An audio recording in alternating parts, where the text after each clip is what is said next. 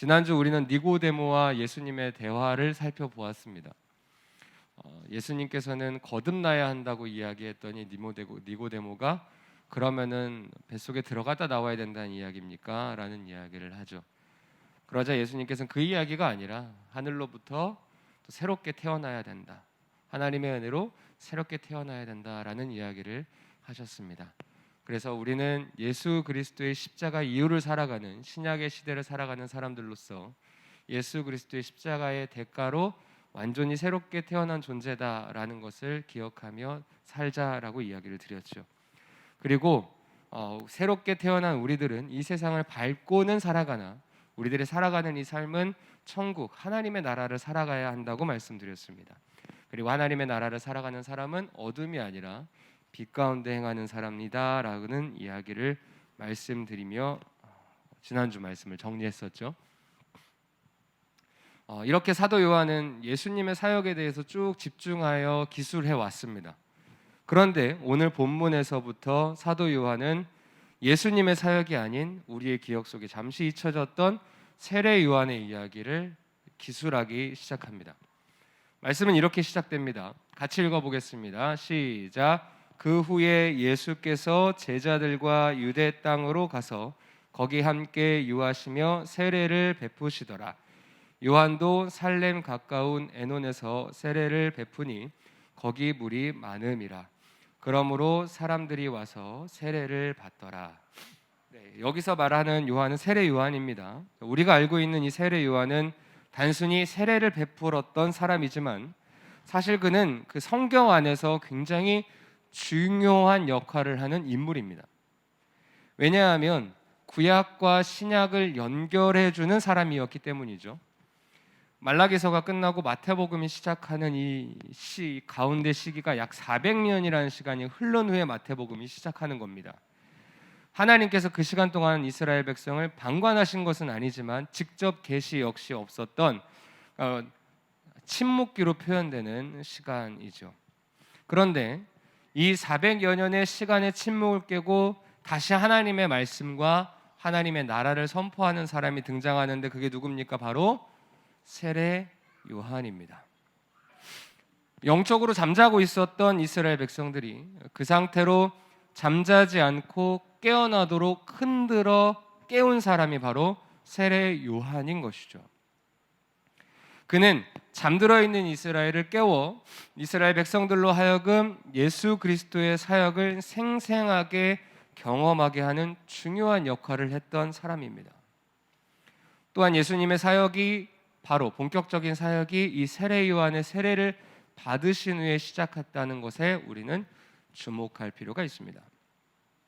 세례 요한에게 세례를 받고 그때 하늘로부터 이는 사랑하는 내 아들이다라는 하나님의 음성이 들렸습니다. 그 후에 예수님께서 본격적인 사역을 시작하셨죠. 세례 요한의 세례가 시발점이 되어서 새로운 하나님의 나라가 시작된 것입니다.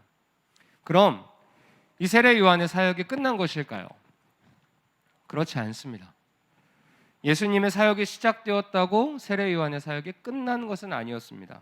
여전히 그는 많은 사람들을 예수님께로 나오는 사역을 지속하고 있었고 그렇게 할 수 있었던 이유는 그것이 그의 사명이었고 살아가야 하는 이유였기 때문입니다. 한 여인의 욕심과 잔치의 흥을 위하여 목이 잘려 죽어가는 그날까지 하나님께서 세례 요한에게 맡겨주신 사명, 예수 그리스도의 오시는 길을 곧게 하는 그 사명, 이스라엘 백성들로 하여금 주를 바라보게 하는 그 사명을 감당한 것이 바로 이 세례 요한입니다. 오늘 우리가 읽었던 이 본문은 바로 이 기초에서 출발하는 것이죠. 예수님과 제자들이 세례를 하고 있었지만 여전히 세례 요한 역시 이스라엘 백성들을 자신에게 나오는 이스라엘 백성들에게 세례를 줌으로 예수 그리스도께로 인도하는 사역을 지속하고 있었습니다.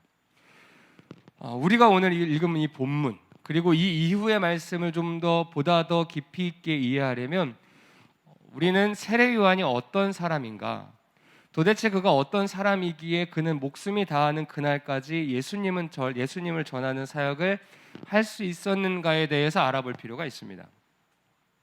그렇기 때문에 앞서 말씀드린 대로 요한복음 이후의 말씀 24절부터의 말씀은 다음 주로 잠시 미뤄두고 세례 요한에 대해 보다 더 알 수 있는 누가복음으로 가서 오늘의 말씀을 좀 살펴보겠습니다. 사복음서에서 세례 요한의 등장만 세례 요한이 갑자기 등장하는 것으로 시작하는 게 대부분의 복음서입니다. 마태, 마가, 요한이 그렇죠. 그런데 누가복음에서는 이 세례 요한의 탄생부터 기록합니다. 그래서 그 내용을 좀 살펴보게 될 것인데요. 1장으로 가서 1장의 이야기를 전해드리겠습니다. 세례 요한의 아버지의 이름 혹시 아십니까? 되게 굉장히 낯선 질문이죠. 나는 세례 요한 아버지에 대해서 궁금해 본 적이 없는데 세례 요한의 아버지 이름은 사가랴입니다. 사가랴 어머니의 이름은 누군지 아십니까? 아버지 이름도 모르는데 엘리사벳입니다. 어머니의 이름은 좀 외우기 쉽겠죠. 그래서 아버지 사가랴는 24개로 나누어진 제사장의 반열 중에 아비야의 반열에 속했던 사람입니다. 이게 무슨 말인가요? 자, 제사장은 24개 조로 나누어져서 돌아가면서 성전을 섬겼어요. 근데 그 중에 아비야라는 조가 있었습니다. 이 사가랴는 이 아비야의 조에 속하여서 제사장으로서 성전 일을 하는 사람이었다는 이야기예요. 세례 요한의 어머니는 앞서 말씀드렸던 엘리사벳이었고요. 이 두 사람은 모두 하나님 앞에 흠이 없는 의인으로 불리는 사람이었습니다. 근데 어찌된 일인지 엘리사벳은 임신을 할 수가 없었어요.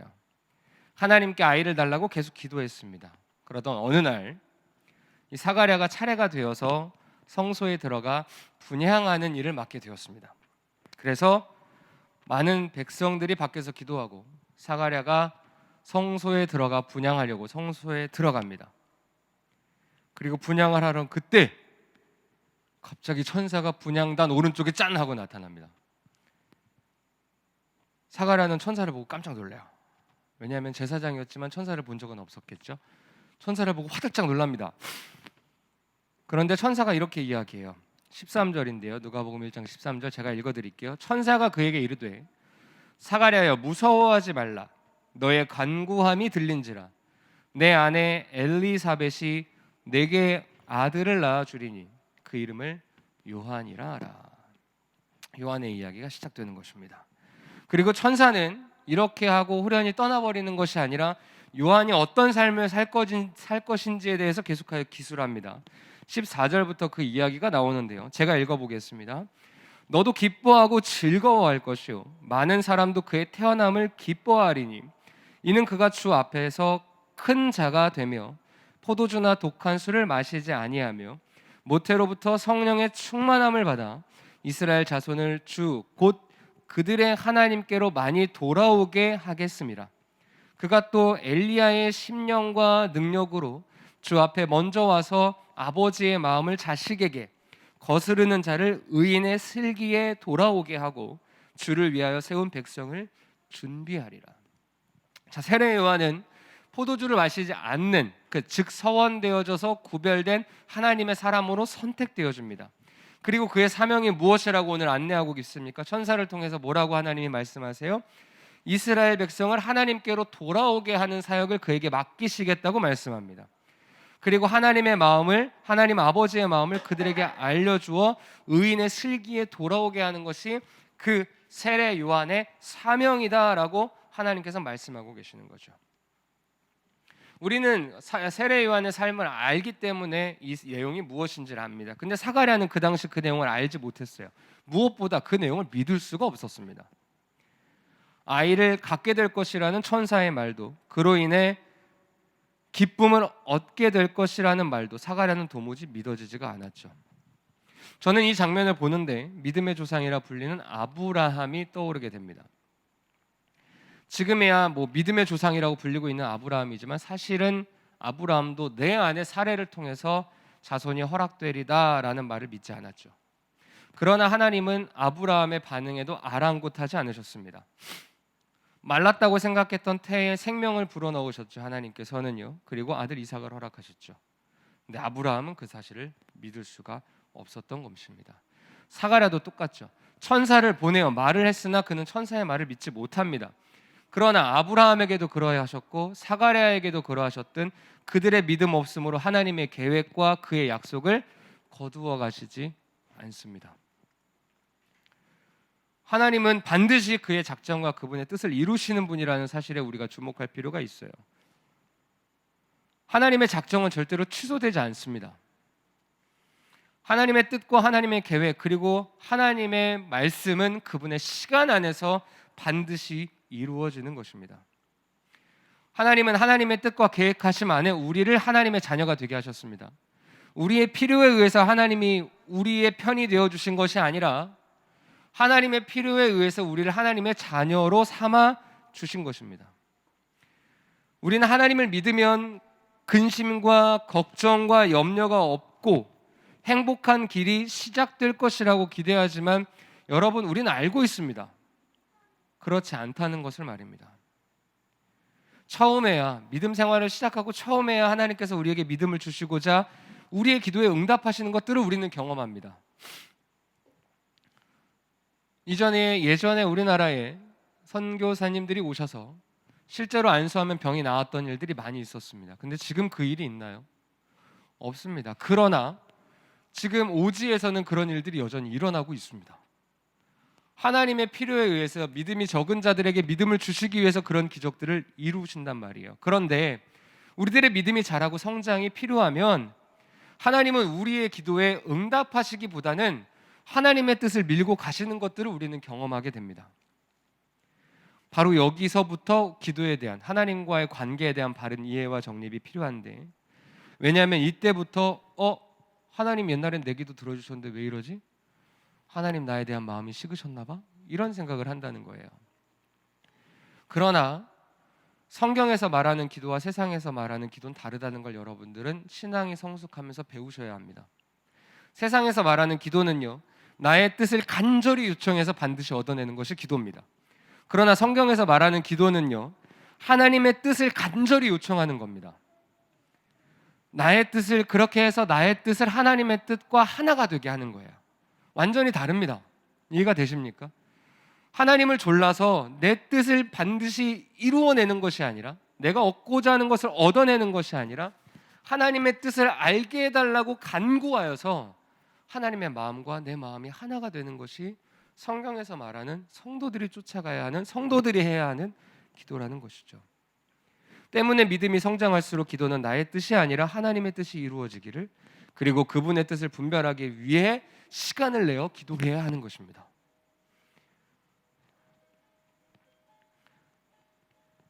그러고 보면 하나님은 참 대단한 분이라는 생각이 드는데요, 본인의 뜻을 헤아리기는커녕 자기가 갖고 싶은 것을 주지 않는다고 투덜거리고 졸라대는 어린 아이와 같은 우리들과 하나님은 협업하고 계십니다. 함께하고 계세요. 그뿐만이 아니라 자신을 창조주라고 말씀하시면서 그분이 우리를 위해 자신의 아들을 내어줄 만큼 사랑으로 함께하니 두려워하지 말고 염려하지 말고 나만 믿고 그 길 가자꾸나라고 말씀하는 그 말씀을 전혀 믿지도 않고 귀 닫고 눈 가리고 몰라 내가 달라는 거 달라고 라고 이야기하는 우리를 통해서 이 땅에 하나님의 나라를 세워가시려니 하나님 얼마나 답답하시겠습니까? 입장 바꿔 생각해 보세요. 여러분들의 자녀가 그렇다고 생각해 보세요. 뒤지게 혼도 내고 매도 좀 들고 때로는 윽박도 좀 지르고 해야 되지 않겠습니까? 근데 하나님은 그러지 않으세요. 기다리고 인내하십니다. 우리는 여기서 하나님의 인자하심과 자비하심, 넉넉하심을 발견하게 되죠. 그래서 세례 요한의 이름을 새 요한이라고 지으셨나 봅니다. 요한이라는 의미가 무슨 의미인지 아세요? 하나님은 자비하시다라는 의미예요.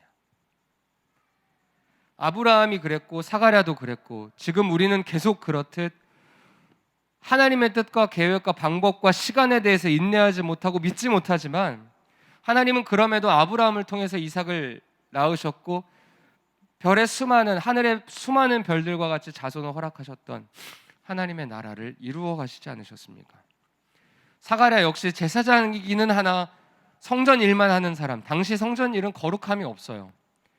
정결함도 없고 그저 습관이었습니다. 형식대로 매일 쳇바퀴처럼 굴러가는 일상을 사는 그였는데 그런 그에게 은혜를 주셔서 주의 길을 예비하는 자녀를 갖게 하시는 기쁨을 선물해 주시잖아요.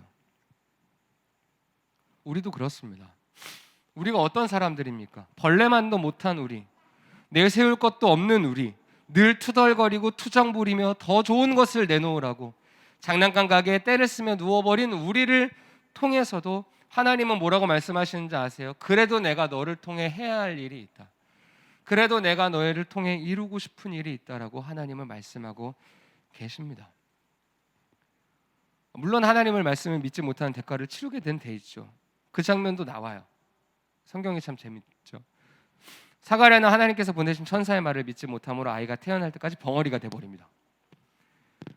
자비 하나님이 왜 그러신가 물으실 수도 있겠습니다. 학자들은 이 이유를 여러 가지로 설명하거든요. 저는 그 가운데 누가복음에서 사가랴와 엘리사벳을 기록한 말씀에 주목하여 해석합니다. 5절과 6절인데요. 제가 같이 읽어볼까요? 시작. 유대왕 헤롯 때에 아비야 반열에 제사장 한 사람이 있었으니 이름은 사가랴요 그의 아내는 아론의 자손이니 이름은 엘리사벳이라. 이 두 사람이 하나님 앞에 의인이니 주의 모든 계명과 규례대로 흠이 없이 행하더라. 네, 사가랴는 하나님 앞에 의인이었습니다. 그는 그의 행실이 하나님 보시기에 사람 보기에 말 그대로 말씀대로 사는 삶을 살아 보였던 사람이죠. 그런데 그런 그가 성소에 들어가니 뭐가 돼서 나옵니까? 사람들 보기에 벙어리가 돼서 나옵니다. 당시 벙어리는요, 말을 하지 못하는 장애를 가진 정도로 이해되지 않았습니다. 하나님의 저주라고 이해되었죠. 생각해 보세요. 평생을 하나님의 말씀대로 살아가는, 하나님의 모든 계명과 규례를 지키며 말씀을 기준하여도 흠을 찾을 수 없었던 스가랴가 하나님을 만나는 성소에 들어가 나왔더니 뭐가 돼서 나와요? 벙어리가 돼서 나옵니다. 사람들이 그것을 보고 수군거리기 시작하죠. 그리고 그가 가지고 있던, 그로 인해 쌓아왔던 그의 신뢰의 무너짐이 스가랴와 그를 존경하던 사람들에게 충격으로 다가왔을 것입니다. 그의 입은 요한이 태어나면서부터 다시 열리니 약 10개월이 걸립니다. 스가랴가 10개월 동안 벙어리로 살며 어땠을지 한번 생각해 보십시오. 처음에 어땠을까? 화가 났을 것 같아요. 왜? 벙어리까지 나를 그러다가는 후회도 됐을 것입니다. 내가 그때 믿는다고 할 걸. 그런 시간을 갖다가 약 10개월이 지나면서 저는 점차 그 마음이 하나님 앞에 자신을 인정하는 겸손함으로 바뀌었을 거라고 생각합니다. 왜냐하면 제가 그랬거든요. 아내와 결혼하고 몇 개월이 지나 하늘이가 생겼습니다. 근데 그 당시 저에게는 성대 결절과 폴립이 있어서 수술을 해야 했습니다. 하늘이가 생겼는데 수술을 해야 되잖아요. 근데 수술을 하는 건 어렵지 않은데 이제 수술 이후가 문제예요. 수술을 하면 3개월 동안 말을 하면 안 됩니다. 그리고 2개월 동안은 예 아니요만 했어야 했어요. 도합 5개월 정도를 말없이 지내야 했던 거죠. 아이를 갖게 되었기 때문에 태교도 해야 되는 저에게는 아이에게 해줄 수 있는 게 없습니다. 아내는 그걸 가끔 요즘도 이야기를 해요. 하늘이 가졌을 때 뭐 했냐고. 할 수 있는 거라곤 민재가 하늘이에게 말을 걸고 서로 이야기를 주고받는 걸 보는 정도. 성대 수술로 인해서 사역도 쉬고 있었던 테라 아무것도 하지 못하고 있었죠. 목사고시 준비, 시간이 나면 원본 목사니까 등산을 하면서 지냈습니다. 생각해 보면 예 아니요밖에 못하는 저와 노라준이랑 원본 목사가 좀 수고가 많았던 것 같습니다. 아무튼 말도 못하고 5개월을 보내며 화가 나거나 억울한 시간은 없었지만 저는 겸손함으로 참 충만한 시간을 보냈습니다. 목을 못 쓸지도 모른다는 생각, 이전과 같이 찬양 사역을 하지 못할지 모른다는 생각, 그동안 말을 하는 것이 정말 감사의 제목이었구나라는 생각, 그리고 무엇보다 정말 인간은 하나님 앞에 보잘것없는 정말 나약한 존재이구나라는 것을 깨달았습니다. 스가랴도 그러지 않았나 싶습니다. 분노 혹은 후회의 시간이 지나 하나님의 음성 앞에 순종할 수밖에 없는 자신의 한계를 인정할 수밖에 없었던 것이죠. 그렇게 짧지만 강력한 10개월의 시간을 보낸 엘리사벳과 스가랴입니다. 놀라운 것은 스가랴가 천사에게 들은 이름 요한이란 이름을 알려주지 않았음에도 엘리사벳은 자신이 낳은 아기의 이름을 무엇이라고 할까요? 라고 하는 사람의 물음 앞에 요한이라 하겠습니다 라고 대답합니다. 당시 문화는요, 아이를 낳으면 자신의 조상 중에서 이름을 따와서 짓는 것이 일반적이었습니다. 그래서 친척들도 아예 무슨 요한입니까? 스가랴로 하세요. 스가랴로. 그러면서 엘리사벳에게 이야기합니다. 근데 엘리사벳은 웬일인지 뜻을 굽히질 않아요. 요한이라 하겠습니다. 그래서 친척들이 스가랴에 갑니다. 말 못하는 스가랴에게 가요. 그랬더니 스가랴가 판에다가 이름을 써줍니다. 이 아이의 이름은 요한입니다. 사람들이 깜짝 놀라죠. 아, 이 아이는 요한이구나. 요한이 무슨 의미라고 하셨습니까? 무슨 의미라고 말씀드렸나요? 하나님은 자비하시다. 남편이 말을 못하는 10개월의 시간이었지만 그녀는 그 시간 가운데 하나님의 자비하심이라는 것을 알게 됩니다. 그분의 사랑, 그분의 은혜, 그 인내의 시간을 통해서 하나님의 뜻이 이루어지는 하나님의 계획을 누리고 느꼈던 것이죠. 세례 요한은 이러한 배경을 갖고 태어납니다. 온전히 하나님 앞에서 겸손하고 훈련받았던 부모에게 태어난 세례 요한은 그의 부모의 가르침을 받아 자신이 드러나는 것이 아닌 오직 예수님만 드러나시는 삶으로 자신의 전생애를 드리게 되는 것이죠. 세례 요한의 시작, 그의 부모 스가랴와 엘리사벳의 이야기를 통해 우리 인생에 요구되는 태도인, 성도에 마땅한 가장 중요한 태도인 겸손함에 대해서 다시 한번 생각해 봅니다. 겸손함은 내가 아닌 하나님을 믿는 것에서부터 출발합니다.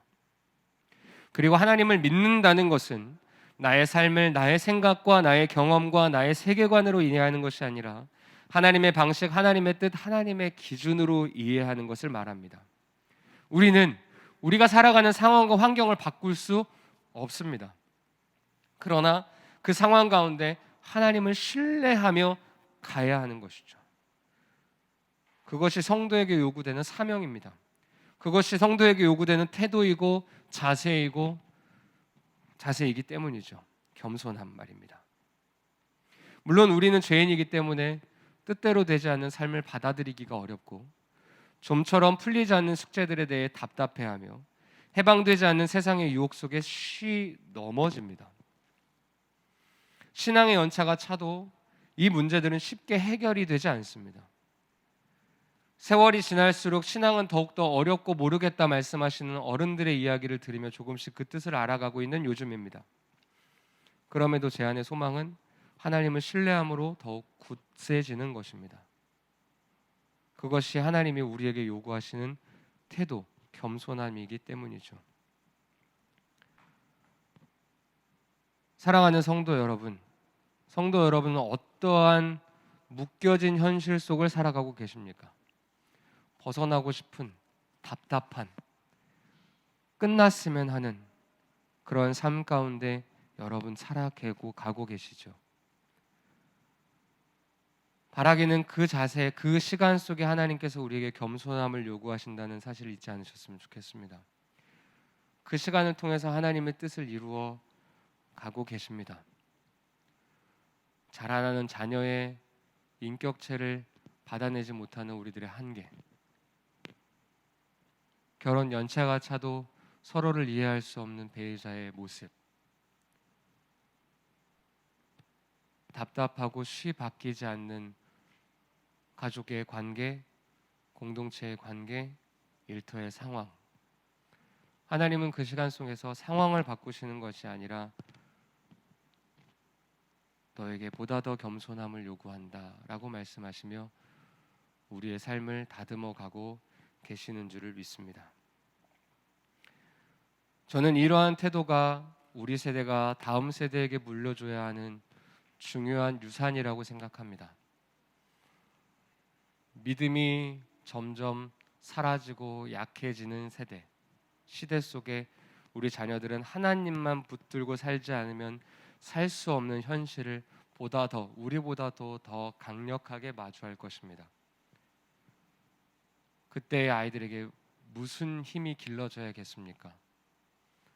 저는 하나님을 신뢰하는 마음, 하나님 앞에서만 겸손한 마음이 아이들에게 있어야 된다고 생각합니다. 살아가기 힘든 삶, 주님을 신뢰함으로 그 앞에 겸손함으로 또 한 주를 살아내는 우리들 되기를 간절히 바라며 오늘은 이 찬양으로 말씀을 마무리하고 싶습니다. 함께 같이 찬양하겠습니다. 주님, 제 마음이 너무 둔해서 주님을 볼 수 없습니다.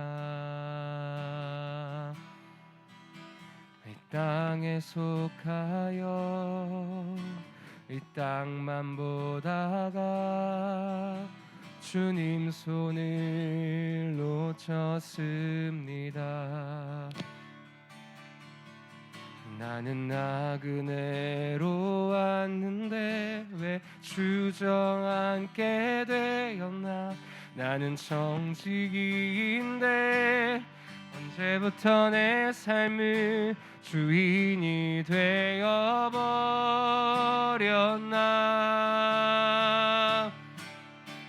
믿음이 없이는 기쁘시게 못하나니 고된 수고도 다 헛될 뿐이라. 믿음이 없어서 무너진 삶의 모든 자리에 다시 주님을 기다립니다.